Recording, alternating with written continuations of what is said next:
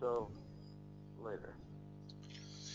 Page 279, Perek Ches, Sharbeit, Erko Shel Tzva Yisrael, the value of the army in Israel. Mesimato Ha'achrona Shel Moshe Rabbeinu, the last challenge that Moshe Rabbeinu had. When we are going to clarify the value of an Israeli army or a Jewish army, we have to start by reading the Torah, where it talks about the last command that was given to Moshe Rabbeinu before he died.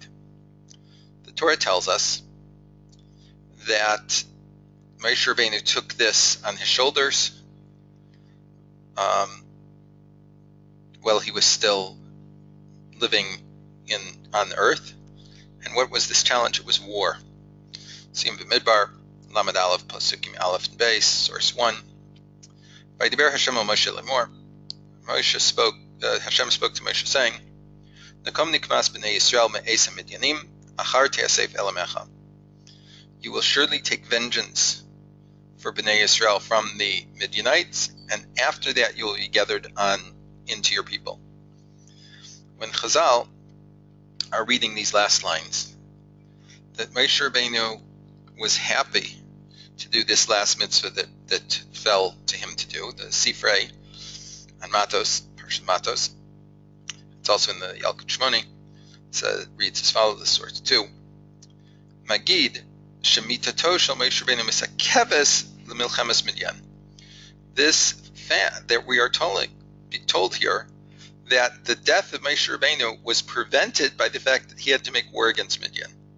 V'afal piken, even so, meaning if Moshe Rabbeinu delayed the war on Midyan, he would delay his own death.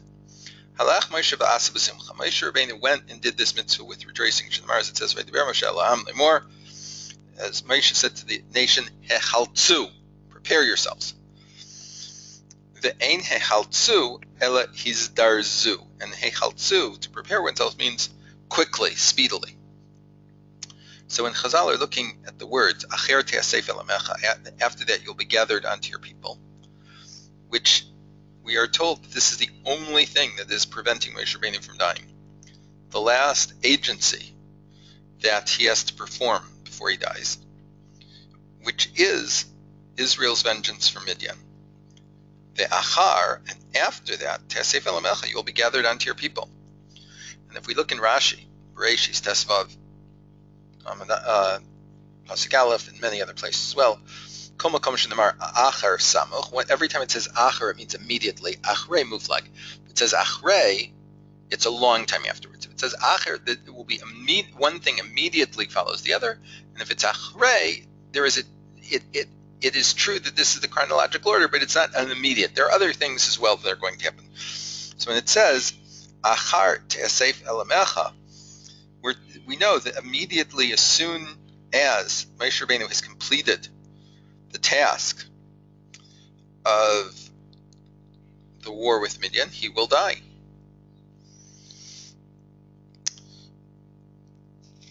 But nonetheless, Chazal tell us, Halach Moshe v'asa b'simcha. Moshe Rabbeinu went and did it happily, did it with great joy.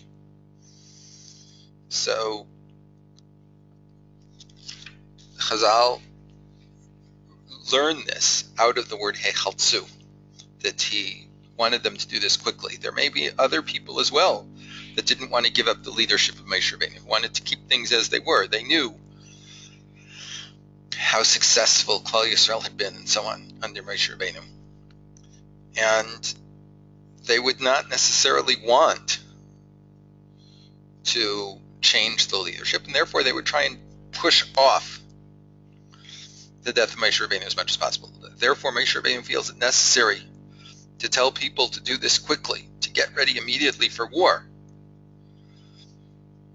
so that the mitzvah can be done as soon as possible. Therefore, we see that the last duty that fell to Moshe Rabbeinu, the man of God, was war. That this task he did quickly and with rejoicing. From Moshe Rabbeinu we learn the nature, the essence, the importance of warfare. And in his way, we can understand the importance of a Jewish army, of an Israeli army. But before we relate to everything that we can learn from Moshe Rabbeinu, we should clarify some other very important principles. And the first one is pikuach nefesh. We have to understand what is the halach of pikuach nefesh, how we deal with it, how we understand it. In the Shulchan Aruch in Hilchos Shabbos, second section, pikuach nefesh, or a Chaim Shin Chaf Ches Sif Beis, the Shulchan Aruch reads, Mi sheyesh lo choli shel sakana, someone that has an illness of which there is a danger to life or limb. Mitzvah l'chalo alav es Shabbos, there is a mitzvah to profane Shabbos for him. Ve'azari harizeh meshubach, and the one who is quick to do it is to be praised. Ve'ashoel harizeh shofech damim, and the one who asks, it's as if he spilled blood. The Mishnah Berurah adds the words of the Yerushalmi from Yuma Perek Ches Halacha Hey, Ve'anishal harizeh meguna, and the one that is asked, he is disgusting. We have to understand this a little bit. The Shulchan Aruch is easy to understand.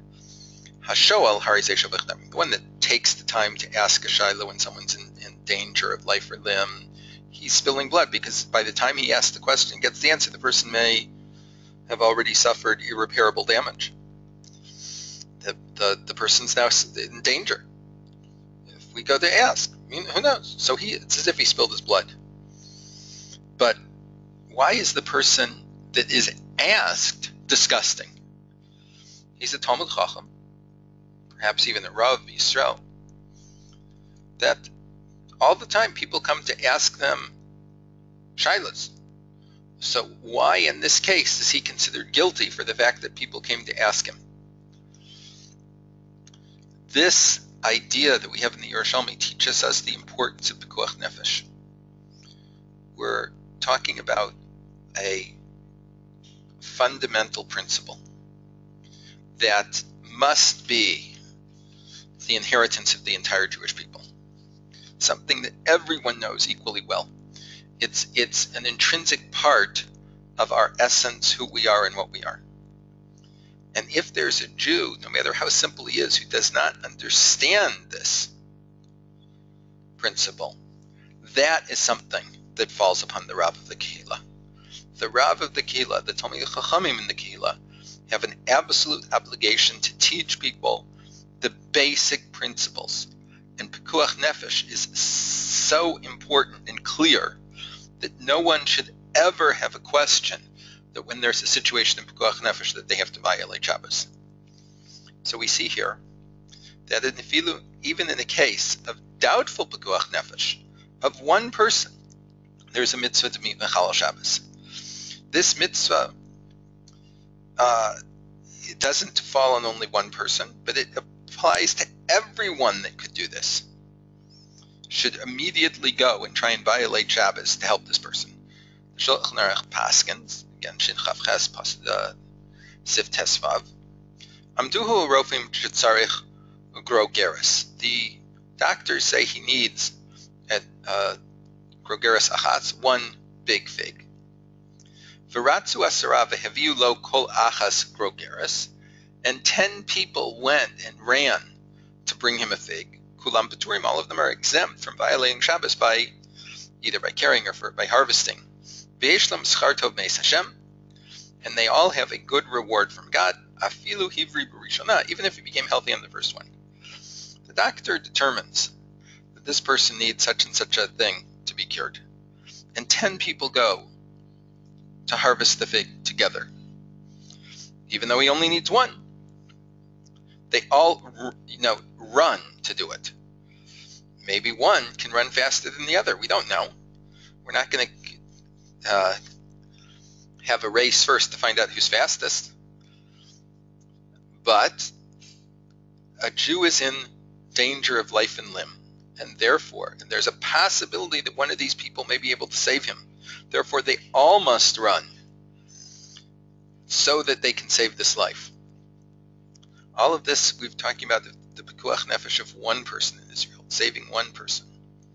If we talk about 2 lives, 10 lives, 1,000 lives, 10,000 lives, what must be the value of pekuach nefesh in such a case? It must be much greater when we're talking about saving all of Klal Yisrael. When Klal Yisrael is in danger, and we have a principle that we must be involved with saving one Jew, and so all the more so Klal Yisrael. Third section. Yoshvei Eretz Yisrael hem Klal Yisrael. That the Jews that live in Eretz Yisrael are the definition of Klal Yisrael. We've already discussed above in the 4th chapter of the 2nd section the words of the Rambam concerning the mitzvah of Kiddush Chodesh, that if, God forbid, there should be no Jews living in Eretz Yisrael, that would be as if the entire nation had ceased to exist. And HaKadosh Baruch Hu has guaranteed us that the nation will continue to exist, and from here we learn that the Jewish settlement in Eretz Yisrael is considered all of Klal Yisrael. It's, of course, possible that you can have Jews and many Jews living chutz la'aretz, but the principle of Klal Yisrael, of the Jewish people, only applies to those living in Eretz Yisrael. This concept is stated explicitly in the Gemara in Harayos in connection with a pasuk from Malachim, which runs as follows. Source 1. V'yas Shlomo be'esahi esachag.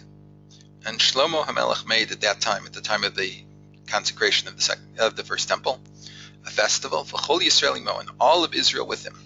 Kal Gadol milavo Hamas ad Nahal Mitzrayim, a great congregation from Hamas in northern Syria to the river of Egypt. Lifnei Hashem Elokeinu shivas yamim, before the Lord our God for 7 days. V'shivas yamim, and another 7 days. Arba Asar Yom, 14 days. The Gemara in Harayos, source 2, learns from this. Michdek tzib v'kol Yisrael imo. Once it says all of Israel with him, Kahal Gadol milabo Hamas ad Nahal Mitzrayim lamali. So why do I have to say a great congregation from Hamas until the river of Egypt? What does that tell me? I already know it's all Israel. Shmamina, you hear from this. Hine hu ikre kahal, aval hanach lo ikre kahal. You see from here that those people that are living, these are the borders of Eretz Yisrael. Hamas is the northern border, and the southern border is the river of Egypt. So what is within that territory is considered Klal Yisrael, kahal, the congregation of Israel. What is not in that area is not considered the congregation of Israel. It simply doesn't have this status, it doesn't have this importance. So Kol Yisrael, that celebrated the festival of Shlomo HaMelech, all right? And after this, the Torah explicitly says that this congregation is Milavo Hamas ad Nahal Mitzrayim, from Hamas to Mitzrayim.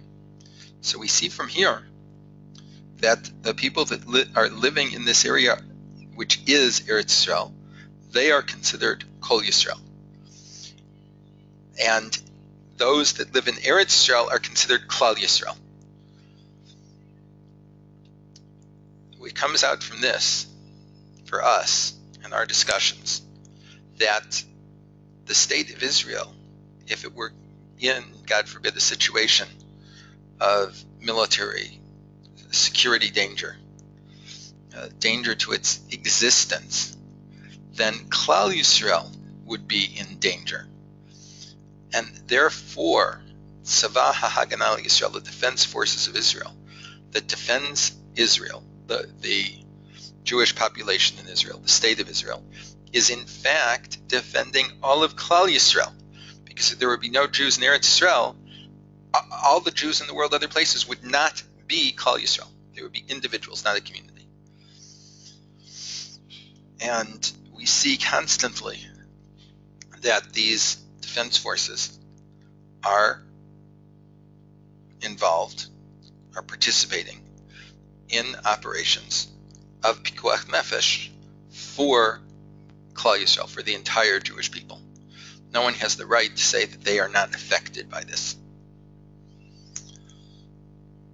Next section. Shmir al B'tachon Klal Yisrael. Guarding the security of Klal Yisrael. Concerning the protecting the security of Klal Yisrael, the Jewish people, we learn from many different halachas, can enlighten us, can reveal to us different aspects of this. The first place is from the halachas of Chilul Shabbos. The Shulchan Aruch Orach Chaim Shinchav Tes Vav.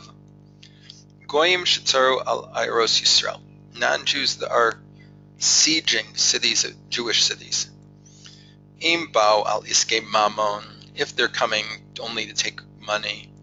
Ein mechalim aleichem es Shabbos. We don't violate Shabbos to prevent them. Meaning, if there's a robber who's stealing things, we're not allowed to violate Shabbos to stop him from stealing, to catch him if he's run away. We can't take a car to find him. But ba'u al iskei nefashos, if he came to kill, ve'afilu stam, or if we don't know at all, yotzim aleichem b'klei zayin, we go out against them armed, u'mechalim aleichem es Shabbos, and we violate Shabbos for this.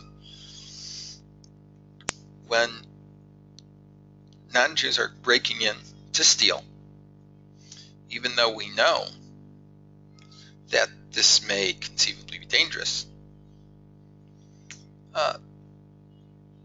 because what their only thing that they are interested in, let us say, is food, money, whatever, but they really aren't interested in hurting someone.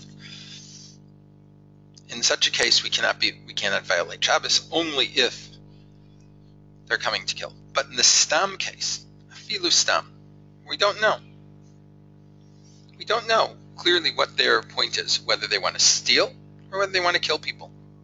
In those cases, we are required to violate Shabbos, because there is a sefek nefashos. There's a case of a question of doubt, of danger to life, and sefek nefashos lahakel. In the case of doubtful danger to life, we always rule leniently. However, Drukman writes in a footnote here at this point, lahakel or lahachmir zu she'ela shel hagdara. Whether we say something is lenient or strict, this is how you define things. And the Rav says, Shemati mipi hagrid Soloveitchik Zitzal. I heard from the Gaon Rav Yosef Dov Soloveitchik, Zechron Levracha, Sipur al Sabo Rabbi Chaim Brisk Zitzal. A story about his grandfather, Rav Chaim from Brisk.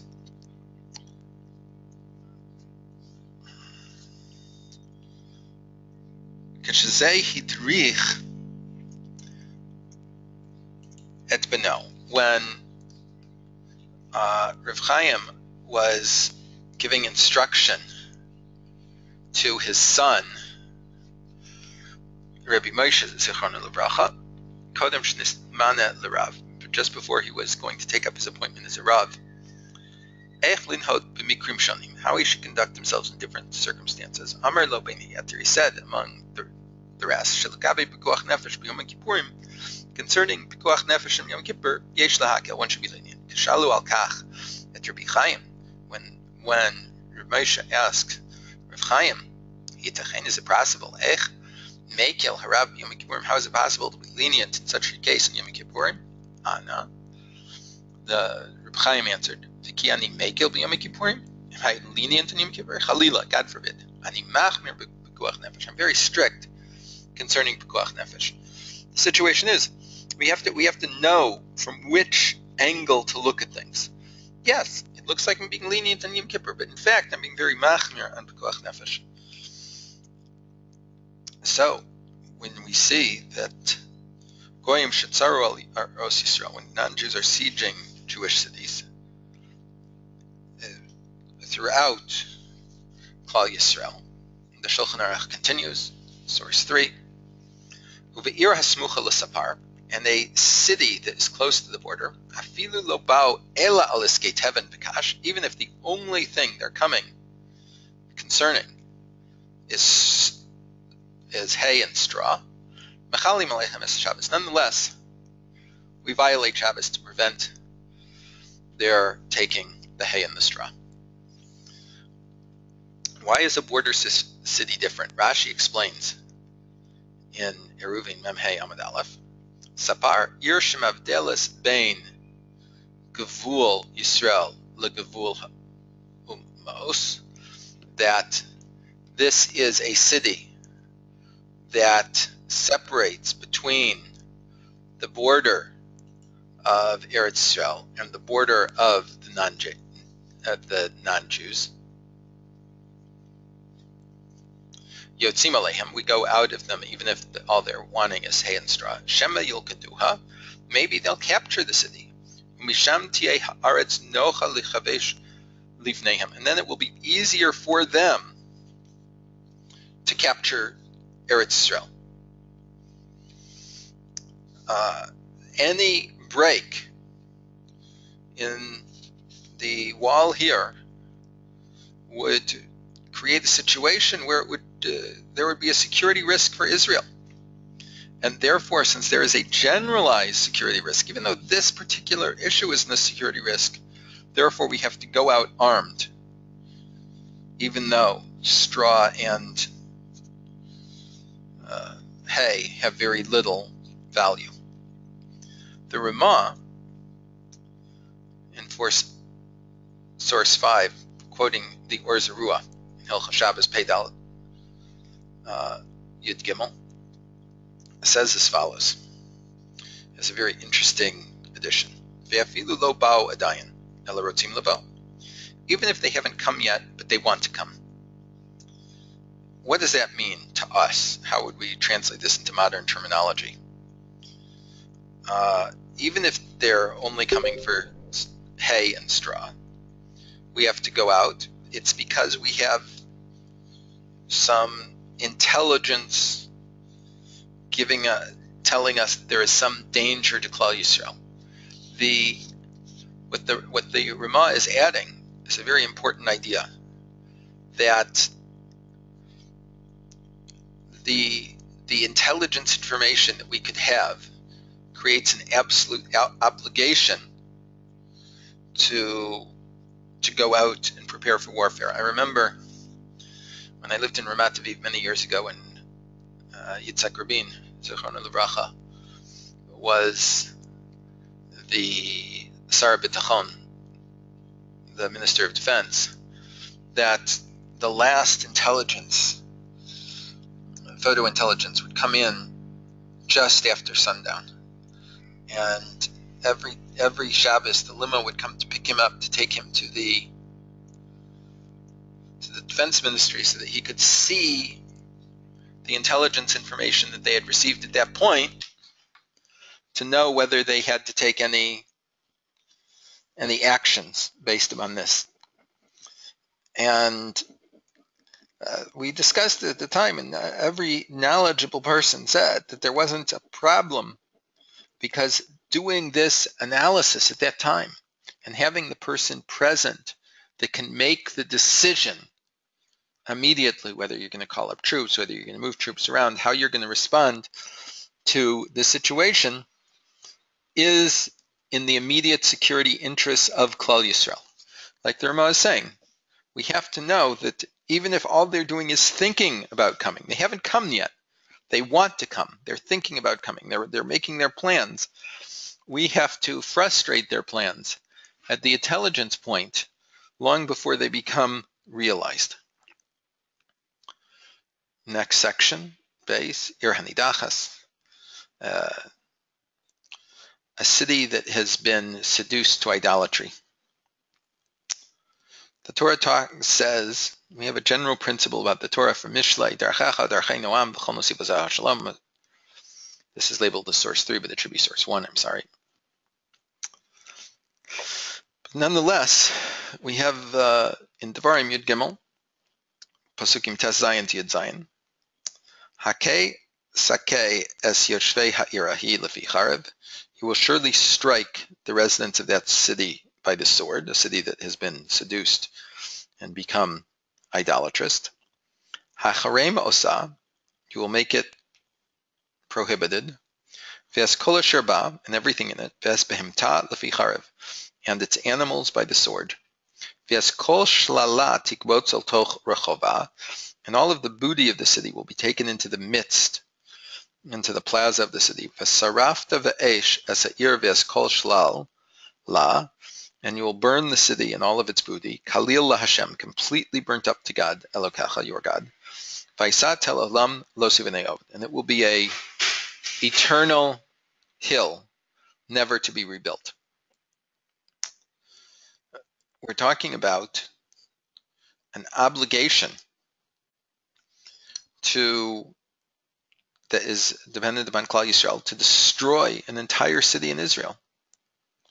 It must be something that has something very serious has happened to upset the normal routine, the normal way that we deal with things.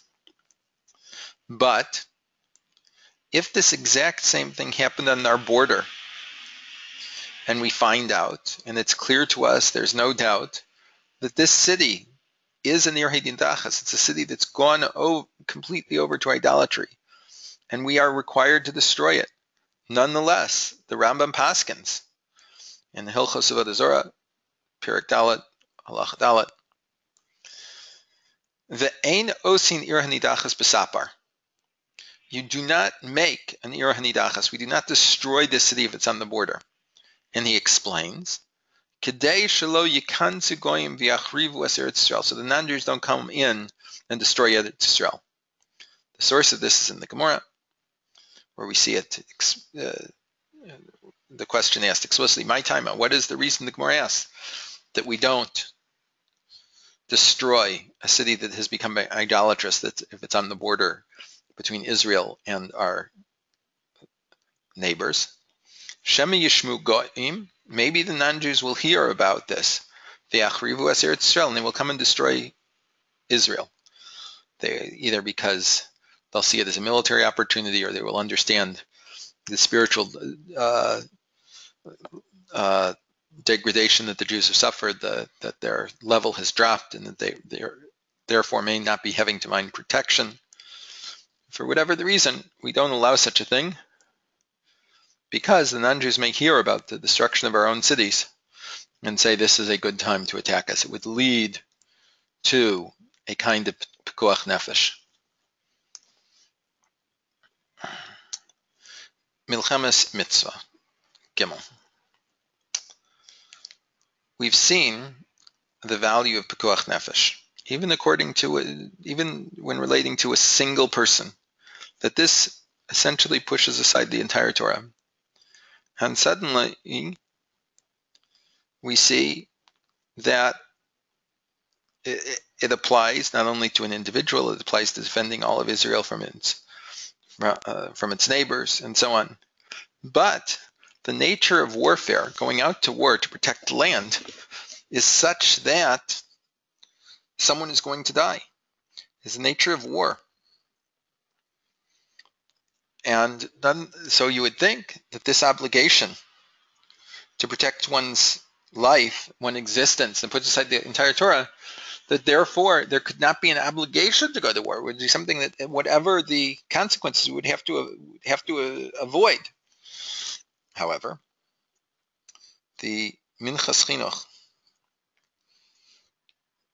Mitzvah Taf Kaf Hey, source 1, addresses this problem. To kol mitzvahs nidachim mipnei sakana. All mitzvahs are set aside because of danger. Mikol makom, nonetheless, mitzvahs, this mitzvah of making war, there are Torah tzivsa lilchom imahim, that the Torah commanded us to make war with them. V'yadua de Torah lo tismoch inyaneha al hanes, and the Torah does not rely upon miracles. K'mvur b'Rambam, like the Ramban says in Devarim Chaf Pasuk Tes, Ubederach olam neharagim mishnei tzaddim beis milchama. It is the way of the world that people are killed on both sides in the time of war. Imken, if so. Chazinan Torah gazra lilchom alehem after husakana. The Torah has commanded us to make war, even though there's a danger involved. Based upon this, Rav Kook explained this based upon a Sifrei in Parshas section 80, which says as follows. The Sifrei says as follows. Yeshivas Eretz Yisrael shkula k'neged kol mitzvos shebetorah. Living in Eretz Yisrael is equal to all the other mitzvos in the Torah. And the Rav Zatzal explained in Chazon Agula Amud Reish Chaf Beis, Shari me'ikar adin chayva otanu haTorah lasok b'zeh. It is essential part of the Torah that the Torah obligated to be involved with the mitzvah of living in Eretz Yisrael. Afilu al yidei milchama, even if the only way we can do this is through warfare. And it is the way of war that there is always a danger to life. And concerning all the mitzvahs of the Torah, it says v'chai behem, and you will live by them. Pasuk in Vayikra.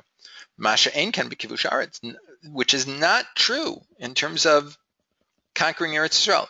The conquering of Eretz Yisrael goes above the normal statement of v'chai behem, that we are required to do mitzvahs and live, and if it creates a kind of nefashos, we're not supposed to do that mitzvah. Here, however, concerning conquering Eretz Yisrael, there is an absolute requirement to go to war, even though it involves a kind of nefashos.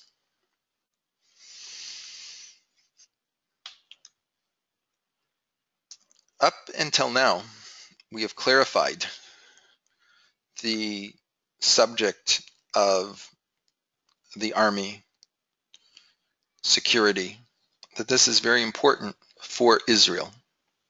Now we have to look at the source of why this is so important. What is so intrinsically important about an Israeli army and the security of Israel? Now we'll go back to where we started and look at the last task given to Moshe Rabbeinu of making war on Midian, and we will pick up at this point, leaving that as one section for our next session.